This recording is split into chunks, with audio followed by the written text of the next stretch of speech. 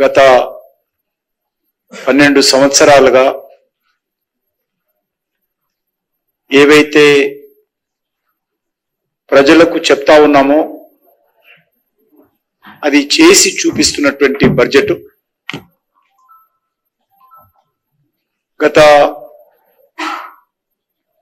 12 సంవత్సరాలుగా సమాజంలోని అన్ని వర్గాలకు మేలు జరిగే విధంగా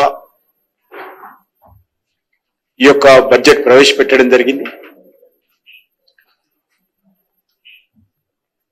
ఈరోజు ఒక చెడు అభిప్రాయం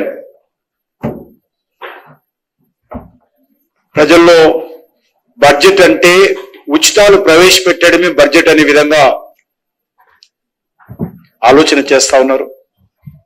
బడ్జెట్ అంటే ఎలక్షన్స్ లో లబ్ధి పొందడం కోసం మాత్రమే బడ్జెట్ పెడతారనేటువంటి ఆలోచన గతంలో ఉంది.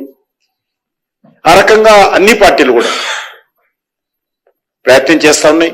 ఎలక్షన్స్ అప్పుడు ఆ రకం కూడా కొన్ని భారతీయ జనతా పార్టీ ప్రభుత్వాలు కూడా చేస్తుంటాయి. కానీ ఈ సంవత్సరం బడ్జెట్ మాత్రము ఎన్నికల బడ్జెట్ కాకుండా దేశంలోని అన్ని వర్గాల ప్రజల సంక్షేమం కోసం, భావితరాల భవిష్యత్తు కోసం 2047లో భారతదేశం ఒక డెవలప్డ్ కంట్రీగా, ఒక అభివృద్ధి చెందిన దేశంగా, ఒక వికసిత్ భారత్ గా ఎమర్జ్ కావడం కోసము వేస్తున్నటువంటి అడుగులో మరొక అడుగు